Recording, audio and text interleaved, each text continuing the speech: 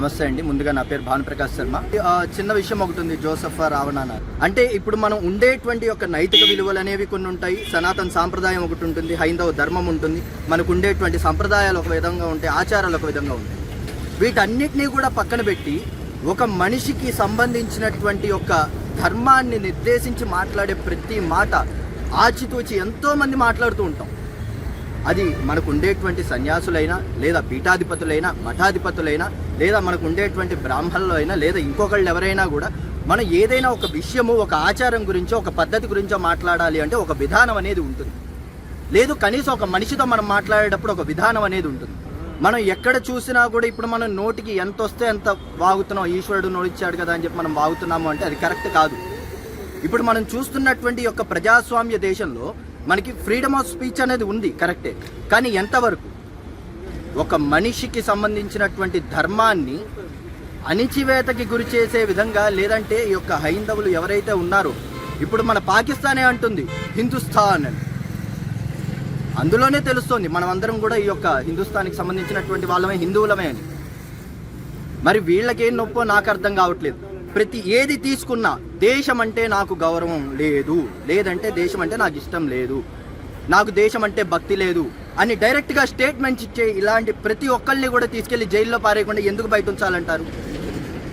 ఒక సామాన్య మానవుడిగా నేనే ప్రతి ఒక్కరిని కూడా ప్రశ్నిస్తున్నాను. దేశానికి గౌరవం ఇవ్వకుండా మన దేశంలో ఉంటున్న ఏ ఒక్కరినైనా ఎందుకు ఉంచాలి? ఇటువంటి వాళ్ళందరినీ కూడా పాకిస్తాన్ తరిమేయచ్చు కదా.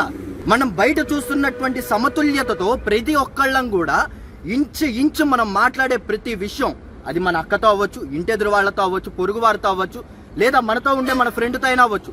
ఫ్రెండ్ దగ్గర చనువు ఉంది, తప్పులేదు. నువ్వు మాట్లాడతావు, తిడతావు, వాడు పడతాడు.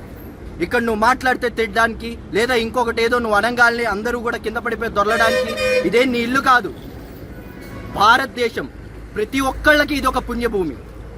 నువ్వు ఒక భరతమాత గురించి, ఒక దేశం గురించి, లేదా మనకు ఉండేటువంటి ఒక న్యాయ వ్యవస్థ గురించి, మనకున్న హైందవ సనాతన ధర్మం గురించి, ఇంటింటి గురించి నువ్వు మాట్లాడేటప్పుడు ప్రతి ఒక్క మాట ఒళ్ళు దగ్గర పెట్టుకొని జాగ్రత్తగా మాట్లాడాలి. నాకు ఏది పడితే నేను అది మాట్లాడతాను అంటే దానికి ఉండేటువంటి విధి విధానాలు కూడా ఈ విధంగానే ఉంటాయి. న్యాయస్థానాలు ఏం ఊరికే ఇవ్వలేదండి మనకి. మనం అంటూ ఉంటాము న్యాయం జరగలేదు, న్యాయం జరగలేదు అని. న్యాయం అనేటువంటిది నిర్దేశం చేయడానికే సరైన రుజువులు, ఆధారాలను ఏర్పాటు చేసుకునేది. అటువంటివి లేక కొంతమంది తప్పించుకుని ఉండొచ్చు, కానీ అలాగని శిక్ష వేయడం ఎక్కడా కూడా ఏ విధంగానూ ఎవరు మానేయలేదే. మనకి ఎటువంటి ఇబ్బంది ఉన్న చిన్న విషయం వస్తే పోలీస్ శాఖ వారి దగ్గరికి వెళ్తాం. మన దేశానికి ఏదైనా భద్రతా విషయంలో ఇబ్బంది వస్తోంది అనగానే మనకి వెంటనే కాపాడడానికి ఆర్మీ సైన్యం ఉంది. కనీసం అంతమంది మనది ఒక దేశాన్ని, మన రాష్ట్రాన్ని కాపాడుతున్నప్పుడు ఒక బాధ్యత గల సైన్యుడివి, లేదా ఒక దేశభక్తుడివి, లేదు కనీసం ఈ దేశంలోనే ఉంటున్నాం, ఈ రాష్ట్రంలో ఉంటున్నాం, నీ ఇంటిలో ఉంటున్నాం, నీ జిల్లాలో ఉంటున్నాం, నీ ఊరికి సంబంధించినటువంటి ఒక వ్యవస్థ విషయంలోనే మనం ఇంత జాగ్రత్త తీసుకుంటున్నప్పుడు బయట విషయంలో ఇంతటి దేశానికి సంబంధించినటువంటి ఒక విధానాన్ని, అంటే నువ్వు ఇక్కడ జాతిని నువ్వు మాట్లాడట్లేదు, డైరెక్ట్గా జాతీయత గురించి మాట్లాడుతున్నావు. జాతికి జాతీయతకి చాలా తేడా ఉందండి. జాతీయానికి సంబంధించినటువంటి ప్రతి విషయం, ప్రతి అంశం కూడా ప్రతి ఒక్క భారతీయుడు ఒప్పించే తీరాలి.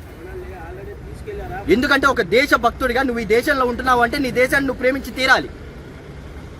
అది ప్రతి ఒక్కళ్ళు మనం ఇచ్చే ఒక వాల్యూ. భారత్ మాతాకి జై అని మనం చెప్పేటువంటి ప్రతి నినాదం, వందే మాత్రం అని మనం పాడేటువంటి ప్రతి నినాదంలోనూ కూడా మన యొక్క దేశభక్తి పెంపొందే ఉంటుంది. చిన్నప్పుడు ఊరికనే పెట్టారు ఆ స్కూళ్ళల్లో ప్రేయర్లు. నువ్వు దేశంలో ఉంటున్నావు అంటే కనీసం ఒక ప్యాట్రియాటిజం అనేది ఒకటి ఉంటుంది. రకరకాలైనటువంటి అంశాలు ఉండొచ్చు, కానీ దేశభక్తి, దేశానికి సంబంధించినటువంటి కొన్ని వాల్యూస్ ఉంటాయి. అది మన ఎకనామికల్ వాల్యూస్ కావచ్చు, లేదా మన లైఫ్ గ్రోత్కి సంబంధించినటువంటి వాల్యూస్ కావచ్చు, లేదా సామాజిక ధర్మాన్ని కాపాడేటువంటి వాల్యూస్ కావచ్చు.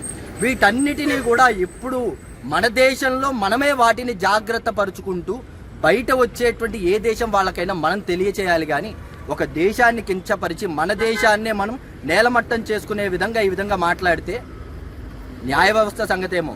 అటువంటి వాళ్ళు మాలాంటి వాళ్ళ చేతులకి చిక్కినా కూడా మేబీ బతుకుంటారు, లేదు మేము చెప్పలేము.